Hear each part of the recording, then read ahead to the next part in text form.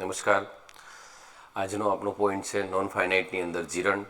મિત્રો, આપણે બધા જાણીએ છીએ કે વર્બની અંદર આપણે ફાઇનાઇટ ખતમ કર્યું છે, એના પછી હવે આપણે નોન ફાઇનાઇટ તરફ જઈ રહ્યા છીએ, બરાબર. તો તમને બધાને ખ્યાલ છે કે વર્બ જે છે, બરાબર, વર્બ ફાઇનાઇટ અને નોન ફાઇનાઇટ, બરાબર. હવે ફાઇનાઇટ અને નોન ફાઇનાઇટની અંદર તમને ખબર છે કે ફાઇનાઇટ આપણે બધા ભણ્યા છે, એ મેં આખું સમજાવી દીધું છે, આટલા વિડીયો જોઈ લેવા. હવે આજનું જે વર્બની અંદર જે નોન ફાઇનાઇટ છે, આનો ટેન્સ હોય છે, આનો કોઈ ટેન્સ હોતો નથી, બરાબર.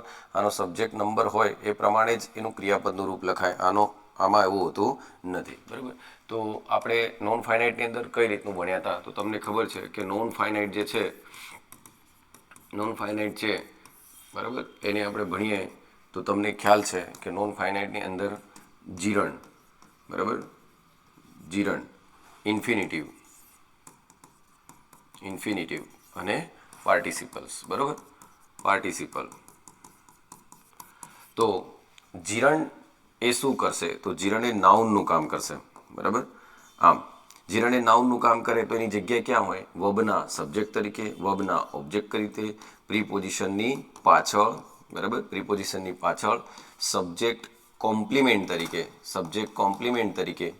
બરાબર.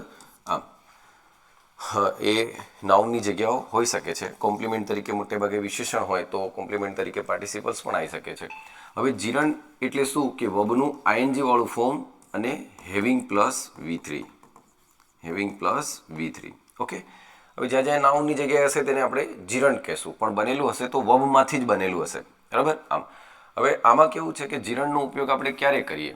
તો જો એ સબ્જેક્ટ તરીકે નાઉનની જગ્યાએ આવેલું હોય, ઓબ્જેક્ટ તરીકે નાઉનની જગ્યાએ આવેલું હોય, પ્રીપોઝિશનની પાછળ આવેલું હોય, સબ્જેક્ટ કોમ્પ્લિમેન્ટ તરીકે હોય, અથવા પોઝેસિવ, જેવી રીતે કે માય પેન. તો પેનની પછી આપણે પેનની પહેલાં શું લખ્યું? માય. તો માય છે, ધેર છે, હીઝ છે, હર છે, બરાબર. આવા પોઝેસિવ કેસ હોય, બરાબર. પોઝેસિવ પ્રોનાઉન હોય, અવર છે, તો વીનું પોઝેસિવ અવર છે, આઈનું માય છે, ધેનું ધેર છે, હીનું હીઝ છે, બરાબર. તો આવા પોઝેસિવ કેસ હશે એ બી પોતાની પાછળ શું લે? નાઉન. તો આવા પોઝેસિવ કેસ પછી પણ જો આઈએનજી વાળું ફોર્મ હશે તો એ શાનું કામ કરતું હશે? જીરણનું, બરાબર. નોન ફાઇનાઇટમાં જીરણનું કામ કરતું હશે. હવે એટલું ખાસ યાદ રાખજો કે જીરણ એ એક જનરલ સેન્સ આપશે, બરાબર, એક જનરલ સેન્સ આપશે, બરાબર. આમ પેસિવ બતાવશે, બરાબર. આમ જો જીરણ એ જનરલ સેન્સ છે, બરાબર, એક એક્ટિવિટી હશે, બરાબર. વર્બમાંથી બનેલી એક એક્ટિવિટી હશે જે ડુઅર કરતો બી હોય અને ન પણ કરતો હોય, બરાબર. આમ ડુઅર કરતો પણ હોય અને ન પણ કરતો હોય. જેવી રીતે આજે હું એમ કહું આઈ લાઈક સ્વિમિંગ, તો આઈ લાઈક સ્વિમિંગ એનો મતલબ હું સ્વિમિંગ કરતો બી હોઉં અથવા નહીં બી કરતો હોઉં, પણ મને સ્વિમિંગ ગમે છે, બરાબર. આમ એટલે અને swimming is the best exercise, તો એની અંદર તમે જીરણને સબ્જેક્ટની જગ્યાએ લો છો. આમ તો આજનો જે પોઈન્ટ છે જીરણ. હવે સમજવાની વાત એ છે કે સાહેબ તમે એવું કીધું હતું કે ઇન્ફિનિટિવ જે છે ને એ પણ નાઉન તરીકે વર્તે, એડજેક્ટિવ તરીકે વર્તે, બરાબર, અને એડવર્બ તરીકે વર્તે, બરાબર. આમ અને એના ફોર્મ હતા ટુ જોડે ફર્સ્ટ ફોર્મ અને પેસિવ હતું ટુ બી જોડે થર્ડ ફોર્મ, બરાબર. એને ટુ હેવ થર્ડ ફોર્મ અને પેસિવ હતું to have been third form, બરાબર. અને ટુ બી જોડે આઈએનજી, બરાબર, અને ટુ હેવ બીન જોડે આઈએનજી. આ ઇન્ફિનિટિવના ફોર્મ હતા. હવે આ ઇન્ફિનિટિવના ફોર્મ હતા તો સર નાઉન જે છે, ઇન્ફિનિટિવ બી તો નાઉનનું કામ કરે છે, જીરણ પણ નાઉનનું કામ કરે છે. ઇન્ફિનિટિવ પણ નાઉનનું કામ કરે છે અને જીરણ પણ નાઉનનું કામ કરે છે. તો જો જીરણ એ નાઉનની જગ્યા લેતું હશે તો ઇન્ફિનિટિવ પણ નાઉનની જગ્યા લેતું હશે. તે આપણા માટે કોમ્પ્લિકેટ વસ્તુ બની જાય. તો એનો તફાવત આજે આપણે ભણવાનો છે કે ક્યાં નાઉન તરીકે ઇન્ફિનિટીનો ઉપયોગ કરવાનો અને ક્યાં નાઉન તરીકે આપણે જીરણનો ઉપયોગ કરવાનો. ઓકે. બીજી એક વાત કે દેખો તમે અહીં દેખશો કે ઇન્ફિનિટિવ એડજેક્ટિવનું કામ કરે તો પાર્ટિસિપલ બી તો એડજેક્ટિવનું કામ કરે, પાર્ટિસિપલ પણ એડજેક્ટિવનું કામ કરશે, બરાબર. તો જે જગ્યા ઇન્ફિનિટિવ એડજેક્ટિવની હશે એ પણ અહીં હશે જ ને, પણ આમાં હશે આઈએનજી વાળું રૂપ અને હેવિંગ જોડે V3. તો હવે સમજો મિત્રો, જો આઈએનજી વાળું ફોર્મ અને હેવિંગ જોડે V3 વાળું ફોર્મ એડજેક્ટિવનું કામ કરશે તો એને આપણે પાર્ટિસિપલ્સ કહેશું, એ એડજેક્ટિવની જગ્યા લેશે. પણ એ જ ING વાળું ફોર્મ અને હેવિંગ પ્લસ V3 વાળું ફોર્મ, હેવિંગ પ્લસ V3 વાળું ફોર્મ જો નાઉનની જગ્યા લેશે તો આપણે શું કહેશું? જીરંડ કહેશું. બરાબર. એટલે વબના ING વાળા ફોર્મ એ જીરંડ પણ હોય અને પાર્ટિસિપલ્સ પણ હોય. બરાબર. હવે મજાની વાત એ છે તો વબના ફોર્મ હોય કયા શકે? તો એક બી હોય, એક હેવ હોય, બરાબર, અને એક ડુઈંગ હોય અને એક હેપનિંગ હોય. बराबर. आम इतना जैसे केम करता क्या है, उसके पास क्या है, वो क्या कर रहा है, उसके साथ क्या हो रहा है. तो अँ 2+V1 बोलो एनो मतलब टू बी पण थाय, टू हेव पण थाय. बराबर. અને ટુ જોડે કોઈ એક્શન પણ આવે, ટ્રાન્ઝિટિવ એક્શન બી આવે ને ઇનટ્રાન્ઝિટિવ પણ આવે. પણ જ્યારે ડુઈંગ નેચરમાં ટુ જોડે V1 વાળું ફોર્મ ટ્રાન્ઝિટિવ હશે તો એનું પેસિવ ટુ બી જોડે V3 પણ થશે, પણ ઇનટ્રાન્ઝિટિવનું તો કોઈ દિવસ પેસિવ થતું નથી. બરાબર. આમ ઓકે. તો ટુ જોડે પ્લસ ફર્સ્ટ ફોર્મ એમ બોલ્યું એટલે ટુ બી પણ હોય, ટુ હેવ પણ હોય, અને ટુ જોડે ટ્રાન્ઝિટિવ પણ હોય, અને ટુ જોડે ઇનટ્રાન્ઝિટિવ પણ હોય, અને ટુ જોડે હેપનિંગ હશે એ તો ઇનટ્રાન્ઝિટિવ જ હશે. પણ ટુ જોડે જ્યારે ટ્રાન્ઝિટિવ હશે તો એનું પેસિવ શું થશે? ટુ બી જોડે V3. બરાબર. હવે અહીંયા ટુ હેવ V3, તો ટુ હેવ V3 તો બીનું V3 ફોર્મ કયું થાય? તો બીન. તો ટુ હેવ બીન પણ હોઈ શકે. આનું થર્ડ ફોર્મ છે હેડ, તો ટુ હેવ હેડ પણ હોઈ શકે. બરાબર. કે જેમાં માલિકી બતાવતું હશે, આમાં અવસ્થા બતાવતું હશે. તો ટુ હેવ હેડ એ પણ હોઈ શકે, ટુ હેવ બીન પણ હોઈ શકે, અને ટુ હેવ ડુઈંગ તો ડુઈંગમાં ટ્રાન્ઝિટિવ પણ હોઈ શકે. બરાબર. અને ટુ હેવ ઇનટ્રાન્ઝિટિવ પણ હોઈ શકે ડુઈંગમાં. પણ જો ટ્રાન્ઝિટિવ હશે ટુ હેવ જોડે V3, બરાબર, તો ટુ હેવ ટેકન તો પેસિવ થશે ટુ હેવ બીન ટેકન. જો એ ટ્રાન્ઝિટિવ હશે તો ટુ હેવ બોટ તો અહીંયા થશે ટુ હેવ બીન બોટ. પણ ટુ હેવ સ્લેપ્ટ તો એનું ઇનટ્રાન્ઝિટિવ છે તો એનું ટુ હેવ બીન સ્લેપ્ટ થશે નહીં. એનો મતલબ પેસિવ તો કોનું થશે? જે ટ્રાન્ઝિટિવ હશે એનું જ થશે. અને ટુ બી જોડે ING, બરાબર, તો એમાં ટુ બી જોડે ING તો ચાલુ કાળ તો અવસ્થાઓનો હોય નહીં એટલે આ તો આવવાનું નથી, તો ડુઈંગ અને હેપનિંગ જ આવશે. To have been. તો સમજો મારી વાતને. હવે સમજવા જેવી વાત એમ છે કે જ્યારે હું V1 બોલું મિત્રો તો હું વબનું ફોર્મ બોલું, બરાબર, વબનું ING વાળું ફોર્મ તો બીઈંગ પણ હોઈ શકે, હેવિંગ પણ હોઈ શકે, ડુઈંગમાં ટ્રાન્ઝિટિવ ઇનટ્રાન્ઝિટિવ બી હોઈ શકે, હેપનિંગ પણ હોઈ શકે, જે મેં તમને આગલા વિડીયોમાં બહુ સરસ રીતે સમજાવ્યું છે. અચ્છા સાહેબ, એનો મતલબ જીરણમાં અમે દેખીએ તો જીરણ એ બીઈંગ પણ હોઈ શકે, હેવિંગ પણ હોઈ શકે, ટ્રાન્ઝિટિવનું ડુઈંગમાં ટ્રાન્ઝિટિવનું ING બી હોઈ શકે, ડુઈંગમાં ઇનટ્રાન્ઝિટિવનું ING પણ હોઈ શકે, અને હેપનિંગનું પણ હોઈ શકે. આમ પણ એ જીરણ તરીકે હશે તો કોની જગ્યા લેશે? નાઉનની. બરાબર. તો ઇન્ફિનિટિવ પણ કોની જગ્યા લે છે? નાઉનની. તો જે નાઉનની જગ્યા અહીં છે એ જ નાઉનની જગ્યા અહીંયા હશે. નાઉનની જગ્યાઓ તો ફિક્સ હોય છે. તો આપણે કઈ રીતે સાહેબ જીરણ અને ઇન્ફિનિટિવ, ક્યાં જીરણ વાપરવું નાઉન તરીકે અને ક્યાં ઇન્ફિનિટિવ વાપરવું નાઉન તરીકે, એનો તફાવત આવડો અત્યંત જરૂરી અને આવશ્યક બની ગયો. તો એની આજે આપણે પ્રેક્ટિસ કરીએ. ઓકે મિત્રો, તો દેખ લો.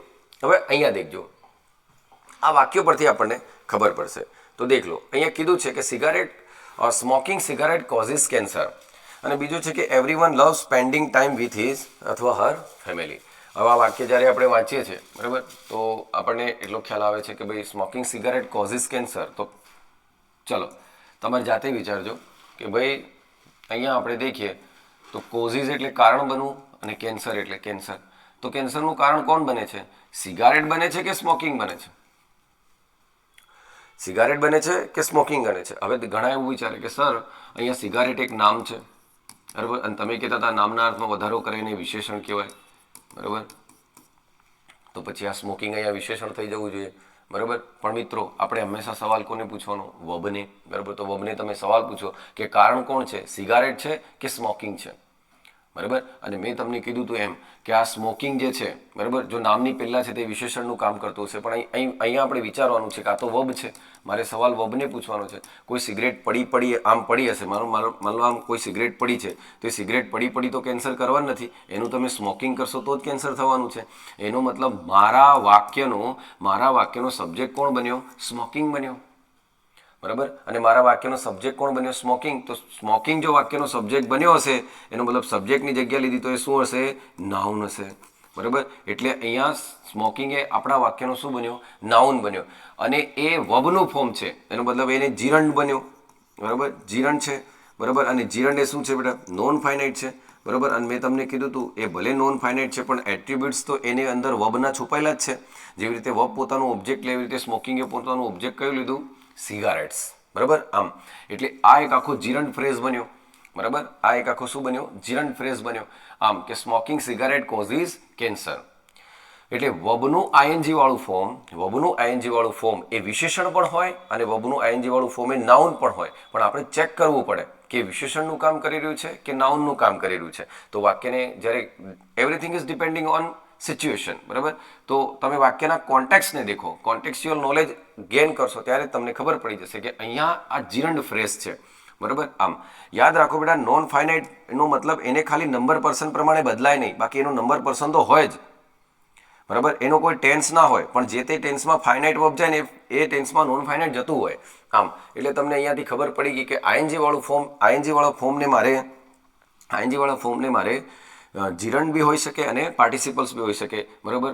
તો અહીંયા એ કયું કામ કરી રહ્યું છે? જીરંડનું કામ કરી રહ્યું છે. બરાબર. આમ હવે દેખો, એવરીવન લવ્સ. બરાબર. Everyone loves spending time. બરાબર. લોકો ચાહે છે. કોને ચાહે છે? સમયને નથી ચાહતા, સમયને વિતાવવો. બરાબર. With her family. બરાબર. તો અહીંયા આપણું ઓબ્જેક્ટ કોણ બન્યું? અહીંયા આપણું ઓબ્જેક્ટ બન્યું સ્પેન્ડિંગ ટાઈમ. હવે તમે જો ટાઈમને નાઉન લો તો સ્પેન્ડિંગ વિશેષણ થઈ જાય, પણ તમે આને સવાલ પૂછશો તો તમને ખબર પડી જશે. બરાબર. કોને ચાહે છે? સમયને નથી ચાહતા, પણ સમયનું વિતાવવું. બરાબર. તો સમયનું વિતાવવું તો સ્પેન્ડિંગ ટાઈમ. અને આ ટાઈમ એ શું છે? સ્પેન્ડનો ઓબ્જેક્ટ છે. બરાબર. આમ કેમ? કારણ કે આ છે કોણ? આઈએનજી વાળું ફોર્મ. બરાબર. કામ કયું કરી રહ્યું? જીરણનું. એટલે કામ કયું કરી રહ્યું? નાઉનનું. અને નાઉનનું કામ કરી રહ્યું તો એ નોન ફાઇનાઇટ છે. અને નોન ફાઇનાઇટ છે તો એ પોતાનો ઓબ્જેક્ટ લીધો. એને એ ઓબ્જેક્ટનું નામ શું છે? ટાઈમ. ઓકે. તો એવરીવન લવ્સ, કોણ ચાહે છે? બધા ચાહે છે. તો આ શું છે? સબ્જેક્ટ છે વાક્યનો. આ શું છે? વર્બ છે વાક્યનું. અને આ શું છે? ઓબ્જેક્ટ છે. અને ઓબ્જેક્ટની જગ્યા નાઉન લઈ શકે, અને નાઉને લીધી એ વર્બના આઈએનજી વાળા ફોર્મે લીધી, અને વર્બનું આઈએનજી વાળું ફોર્મ છે એટલે કયું કામ કરશે મિત્રો? જીરણનું કામ કરશે. ઓકે. આમ પણ અહીંયા એ ભૂલો નહીં કરતા કે ટાઈમના અર્થમાં વધારો કરે છે. ટાઈમના અર્થમાં વધારો નથી કરતું, આપણે ક્રિયાપદને સવાલ પૂછવાનો છે. બરાબર. આમ તો everyone loves spending time with his અથવા હર ફેમિલી. ઓકે મિત્રો. તો અહીંયા તમે જોયું કે પહેલું વાક્ય જોયું એમાં તમે શું નોટ કર્યું બકા? કે સ્મોકિંગ એ વર્બના સબ્જેક્ટની જગ્યા લીધી, જ્યારે સ્પેન્ડિંગ એ વર્બના ઓબ્જેક્ટની જગ્યા લીધી. તો એટલે જ તો આપણે વારંવાર બોલીએ છીએ કે નાઉનની જગ્યા ક્યાં હોય? વર્બના સબ્જેક્ટ તરીકે, વર્બના ઓબ્જેક્ટ તરીકે. તો છે કે નહીં અહીંયા વર્બના ઓબ્જેક્ટ તરીકે? આમ ઓકે. હવે અહીંયા દેખો, ધે વેર બેન્ટ ઓન. બરાબર. They were bent on pushing the boy. બરાબર. તો અહીંયા તમે દેખશો કે ધે વેર બેન્ટ ઓન, તો ઓન શું છે? પ્રીપોઝિશન. તો આપણે બધા જાણીએ છીએ કે વર્બની જગ્યા ક્યાં, અરે નાઉનની જગ્યા ક્યાં ક્યાં હોય? વર્બના સબ્જેક્ટ તરીકે, જેવી રીતે કે સ્મોકિંગ સિગારેટ હતું. વર્બના ઓબ્જેક્ટ તરીકે, તો જેવી રીતે કે તમે અહીંયા દેખ્યું હતું કે અહીંયા તમે દેખ્યું સ્પેન્ડિંગ ટાઈમ, તો વર્બના ઓબ્જેક્ટ તરીકે. હવે પ્રીપોઝિશનની પાછળ. બરાબર. આમ હવે અહીંયા થોડું સમજવાનો પ્રયત્ન કરજો કે દેખો, અહીંયા એવું કીધું છે કે ધે આર અગેન્સ્ટ. હવે આર મારું વર્બ છે, ધે છે, અને ધે શું છે? આર શું છે? લિંકિંગ. હવે તમને આગળ ફાઇનાઇટમાં બધું ભણેલા, જો ફાઇનાઇટ પરફેક્ટ ભણશો તો જ નોન ફાઇનાઇટ ભણવાનો મજા આવશે. બરાબર. તો અહીંયા આર શું છે? લિંકિંગ વર્બ છે. બરાબર. અગેન્સ્ટ હિમ ગોઈંગ અબ્રોડ. હવે આ વાંચ્યું તો આપણને એમ લાગ્યું કે આ સાચું જ છે. બરાબર. પણ આ વાક્ય ખોટું છે. કઈ રીતે હું તમને કહું તો દેખો, ધે આર તેઓ છે. બરાબર. તો તેઓ છે શું છે ભાઈ? તો અગેન્સ્ટ એટલે વિરોધી. હવે અગેન્સ્ટ એ શું છે? પ્રીપોઝિશન. બરાબર. પ્રીપોઝિશન. હવે વ્યક્તિ કોની અગેન્સ્ટમાં હોય? વિદેશ જવાની અગેન્સ્ટમાં છે કે વ્યક્તિના અગેન્સ્ટમાં છે? બરાબર. તો એ વ્યક્તિની અગેન્સ્ટમાં પણ હોઈ શકે અને વિદેશ જવાની અગેન્સ્ટમાં પણ હોઈ શકે. તો ધે આર અગેન્સ્ટ, તો પ્રીપોઝિશનની પાછળ આ હિમ મેં શું લીધું? સર એનું ઓબ્જેક્ટ છે, કારણ કે ખબર છે મને કે હી, હીઝ, હિમ. તો આ સંબંધક છે, આ કર્તા છે, અને આ કર્મ છે. કર્તા છે એટલે આ સબ્જેક્ટ, અને આ હિમ એ ઓબ્જેક્ટ છે. તો સાહેબ આ સાચું છે. પણ ના મિત્રો, જ્યારે આપણે ગોઈંગ અબ્રોડ લઈએ છીએ તો ગોઈંગ અહીંયા નાઉન બની ગયું. શું બની ગયું? નાઉન બની ગયું. બરાબર. અને નાઉન બની ગયું છે તો આપણને ખબર છે કે પોતાની જોડે પોઝેસિવ કેસ લે, અને પોઝેસિવ કેસ લે તો અહીં શું થશે? He is going abroad. They are against he is going abroad. કેમ? કારણ કે હી ઇઝ પછી ગોઈંગ એ નાઉન છે. જેવી રીતે હું તમને ઉદાહરણ આપું કે હીઝ પેન, કોઈ દિવસ આપણે એમ નથી કહેતા કે હિમ પેન, બરાબર? તો પેન નાઉન છે તો નાઉનની પહેલા સંબંધક સર્વનામ આવે ને, આમ એટલે અહીંયા હિમ નહીં આવશે, કોણ આવશે? હીઝ આવશે. આમ સમજો, બરાબર? તો they are against his going abroad, બરાબર? એટલે વ્યક્તિની વિરુદ્ધમાં હોય લોકો, બરાબર? એને એક્શન સાથે બંનેને કનેક્ટ કર્યું છે એમ. ઓકે, હવે દેખો વી હર્ડ, બરાબર? અમે સાંભળ્યું. We heard their laughing in the room. We heard their laughing in the room. અમે સાંભળ્યું. શું સાંભળ્યું? હસવાનું સાંભળ્યું કે વ્યક્તિને સાંભળ્યું? હસવાનું સાંભળ્યું કે વ્યક્તિને સાંભળ્યું? તો બોલો, we heard their laughing in the room. તો અહીંયા આ વાક્યને તમે દેખશો તો તમને લાગશે કે ભાઈ આપણે સાંભળ્યું છે, અમે સાંભળ્યું. શું સાંભળ્યું? તો there laughing in the room. હવે તમને એમ લાગશે કે સર અહીંયા તો તમે હમણાં કીધું હતું કે જો હી હોય તો હીઝ અને હિમ, તો પાછળ સાહેબ આપણે એમ લખ્યું હતું કે હીઝ ગોઈંગ, એ સાચું છે. હીઝ ગોઈંગ અબ્રોડ એ સાચું છે, બરાબર? હિમ ગોઈંગ એ સાચું નથી.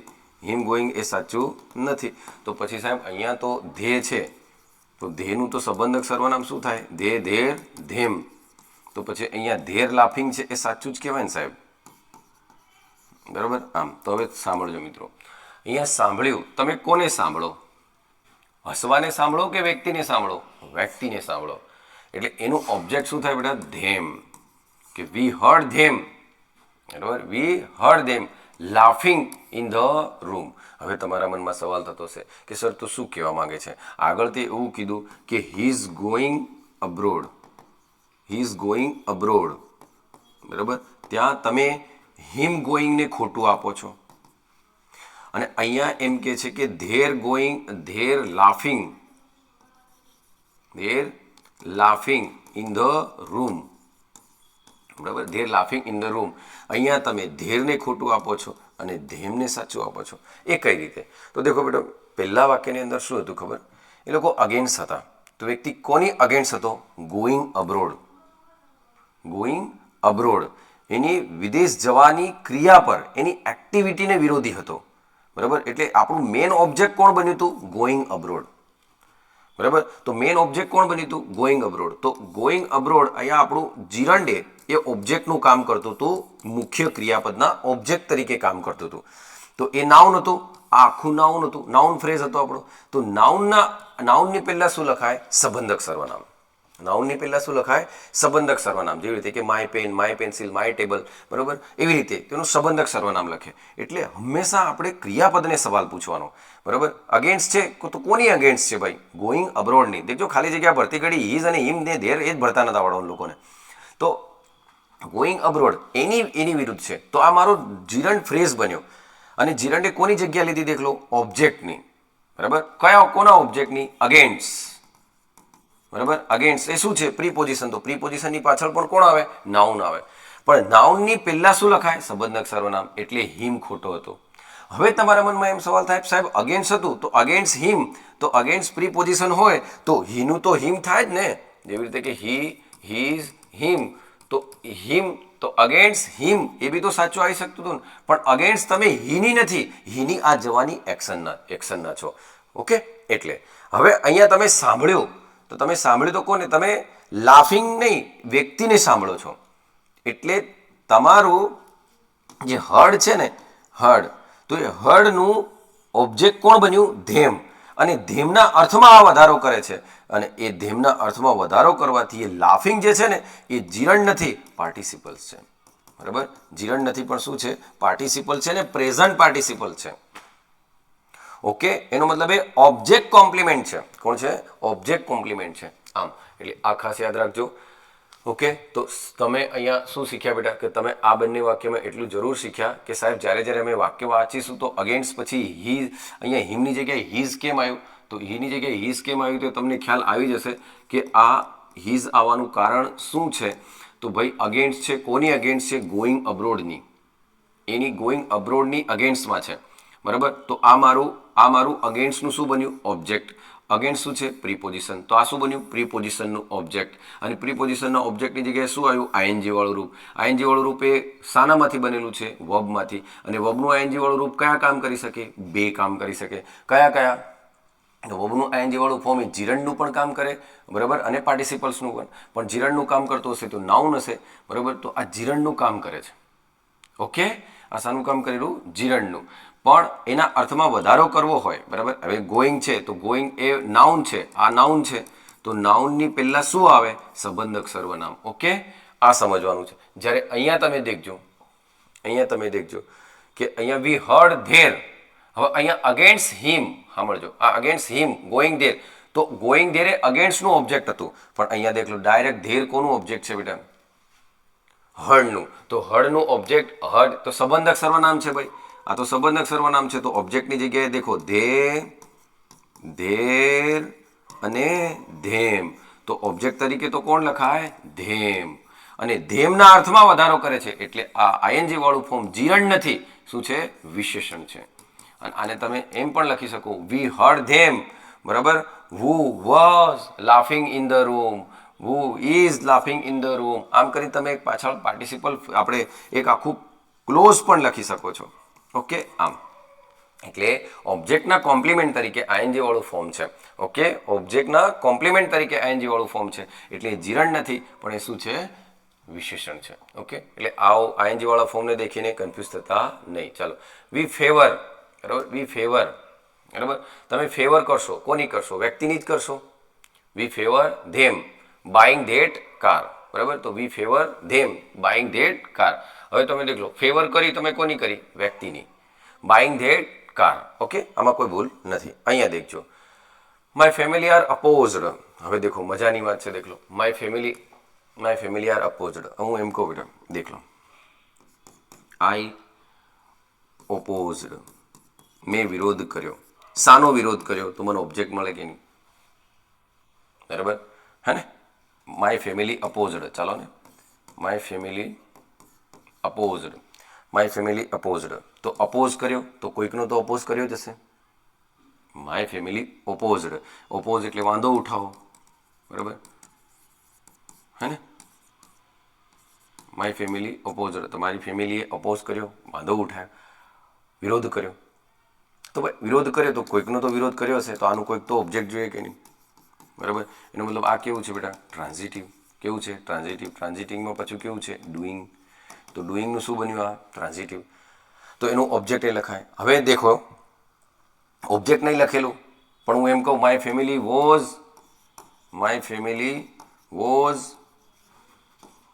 ઓપોઝડ, માય ફેમિલી વોઝ ઓપોઝડ. તો મેં આવું લખ્યું, સાંભળજો, મેં આવું લખ્યું. હવે આ મેં તમને ફાઇનાઇટમાં બહુ સરસ રીતે સમજાવ્યું હતું. કઈ રીતે સમજાવ્યું હતું? દેખ લો, મેં ફાઇનાઇટ વર્બ જ્યારે ભણાવ્યું હતું ત્યારે તમને મેં એમ કીધું હતું કે જ્યારે કોઈ ડુઈંગ નેચરનું ટ્રાન્ઝિટિવ હોય અને એની સાથે એનું ઓબ્જેક્ટ નહીં આપેલું હોય તો તમારે એને લિંકિંગથી વિશેષણ બનાવી દેવાનું. કારણ કે ટ્રાન્ઝિટિવ અને એના ડાયરેક્ટ ઓબ્જેક્ટ વચ્ચે કોઈ દિવસ પ્રીપોઝિશન આવે નહીં.